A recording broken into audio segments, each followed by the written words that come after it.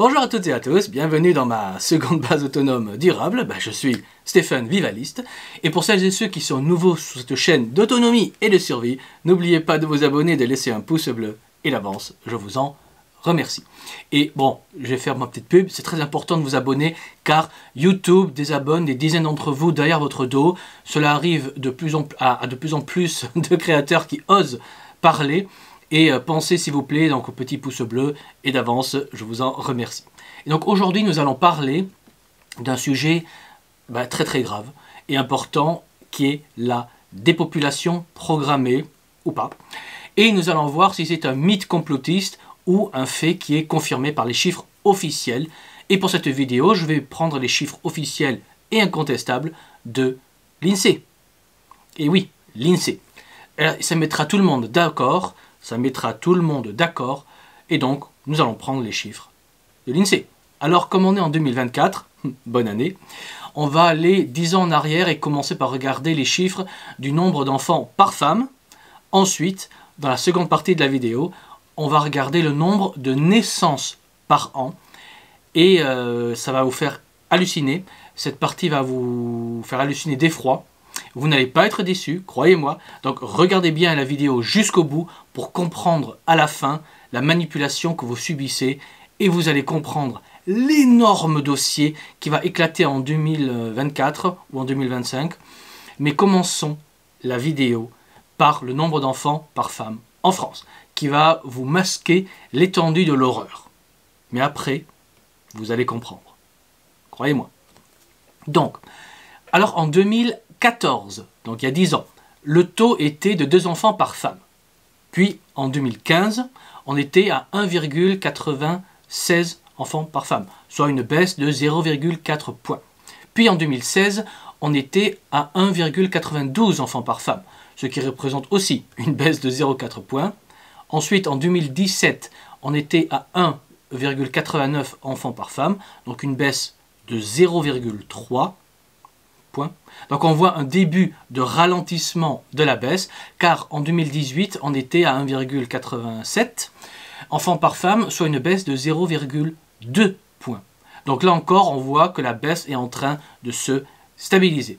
Ensuite, en 2019, on était à 1,86 enfants par femme, donc une baisse de 0,1 point. Donc là, clairement, on est arrivé à une stabilisation de la chute, ce qui est normal car ça corrigeait, on va dire, la période 1994 à 2014 où pendant 20 ans, le nombre d'enfants par femme montait, allant de 1,69 enfants par femme en 1994 à 2 enfants par femme en 2014. Donc en 20 ans, le taux avait augmenté de 0,31 points et c'est assez énorme. Donc il est normal d'avoir ensuite une baisse pour, on va dire, corriger une forte hausse. Donc la baisse de 2014 à 2019, allant de 2 enfants par femme à 1,86 enfants par femme, c'est-à-dire une baisse de 0,14 points, est une correction qui ne choque pas, surtout que la dernière baisse en 2014 n'était que de 0,1 point.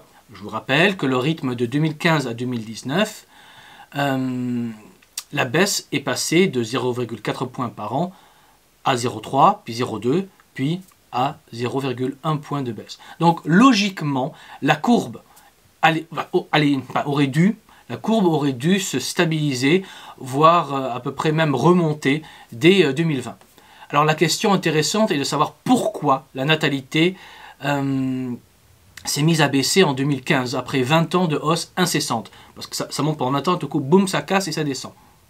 Alors à cette période, donc dès 2015, il y a eu la réduction du congé parental, la baisse des aides, on avait les effets négatifs sur le chômage et l'économie de la crise de 2008, qui battait de son plein, et en 2014 était votée la loi du 4 août qui étendait le droit à l'avortement et rendait l'entrave, ça c'est toujours en vigueur, donc ça rend l'entrave à l'avortement un délit.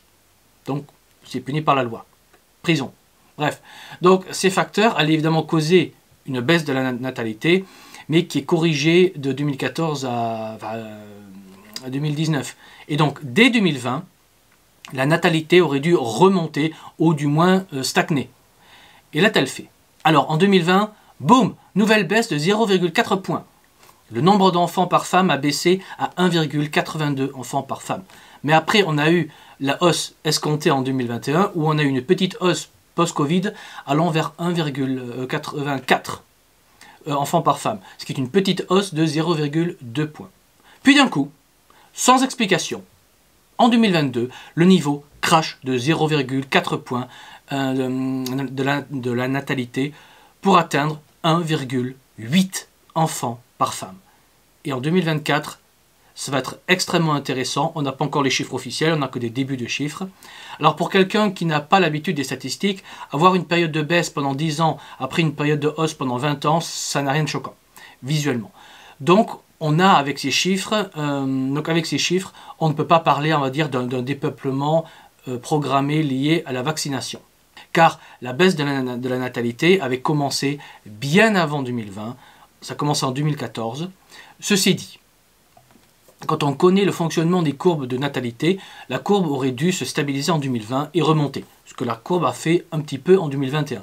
Mais ensuite, un immense déclin de 0,4 points a repris en 2022.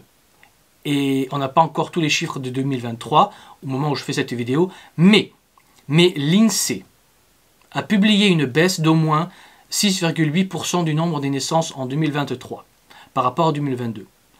Et quand on regarde les chiffres du nombre de naissances, c'est plus autour de 15%. Mais on en reparlera dans la seconde partie. Et ces chiffres sont gigantesques. Donc on a au cours de l'année 2024, on aura au cours de cette année 2024 les chiffres officiels pour 2023. Et évidemment, ils vont nous en dire beaucoup plus, donc il faut réellement surveiller ces chiffres de 2023 quand ils seront publiés, car si la baisse est au-dessus de 0,4 points, là ce sera une accélération de la baisse et la cause serait alors bien la crise du Covid.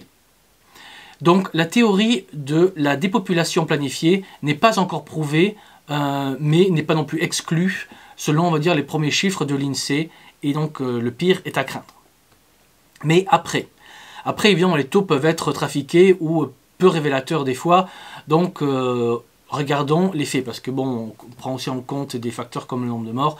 Bref, ça peut être, comme je dis, peu révélateur des fois. Donc, regardons les faits. Et que sont les faits? C'est-à-dire le nombre de naissances par an. Et là, on verra s'il y a une baisse conséquente ou pas. Ça, c'est les chiffres, ça ne peut pas mentir. Bon. Alors, selon l'INSEE, en 2014, il y a eu 818 565 naissances en France. On va arrondir à 818 000 naissances en France. Un an plus tard, en 2015, il y a eu pile 800 000. Donc, en un an, on a une baisse de 18 565 naissances. Donc, si on arrondit, une baisse de 18 000. En 2016, il y a eu 785 000 naissances, soit une baisse de 15 000 naissances. En 2017, il y a eu 767 000 naissances, soit une baisse de 18 000 naissances par rapport à l'année d'avant. Ensuite, en 2018, il y a eu 758 000 naissances, soit une baisse de 9 000 naissances. En 2019, il y a eu 753 000 naissances, soit une baisse de 5 000. Ça commence à baisser. La baisse se réduit. Ensuite, en 2020, il y a eu une baisse de 740 000 naissances, soit une baisse de 13 000. Vous savez, la baisse du nombre de naissances, ça reprend vers le haut. Ensuite, en 2021, il y a eu 738 000 naissances, soit une baisse de 2 000 naissances. Et pourtant, l'INSEE nous disait que le taux de fécondité augmentait de 0,2 points. Rappelez-vous, là, on montre clairement qu'en 2021, il y a eu moins de naissances qu'en 2020. Donc en chiffres, ça baisse. Mais pourtant, l'INSEE disait que la hausse entre 2020 et 2021 du nombre de naissances, le taux de naissances par femme augmentait de 0,2%. Vous voyez, déjà, c'est pas une manipulation, mais on voit déjà que les chiffres ne montrent pas vraiment la réalité du nombre de naissances. Pardon. Donc voilà, vous voyez bien que le hausse du niveau de fécondité ne signifie pas forcément davantage de naissances dans le réel. Mais passons. Ensuite, en 2022, il y a eu 726 000 naissances, soit une baisse de 12 000 naissances par rapport à 2021. Et en dernier, accrochez-vous bien, car c'est là où vous allez halluciner comme je vous l'avais promis, car en 2023, il y a eu 622 000 naissances, soit une baisse de 104 000 naissances. je le répète, une baisse de 104 000 naissances en moins par rapport à l'année d'avant. C'est littéralement une baisse 10 fois supérieure à la normale. Et là, on se pose évidemment la question de l'affaire des vaccins. Car on a dû avoir plusieurs doses qui, selon les horribles complotistes, avaient un effet à retardement. Et là, 1 an et demi après les fléchettes dans le bras, la baisse du nombre de naissances est multipliée par 10 selon les chiffres officiels de l'INSEE. Je n'invente pas ces chiffres, ce sont les chiffres de l'INSEE que vous pouvez facilement aller vérifier. Et donc, se pose la question, est-ce une coïncidence?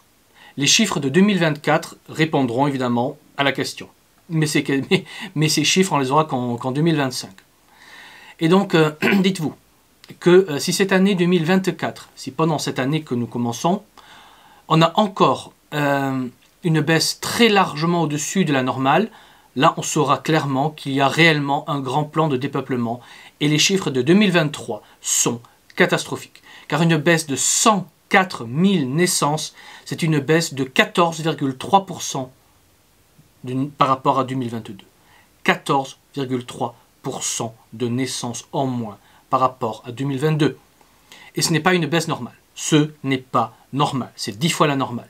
Alors, en Ukraine ou en Russie, ça aurait été compréhensible, mais pas chez nous.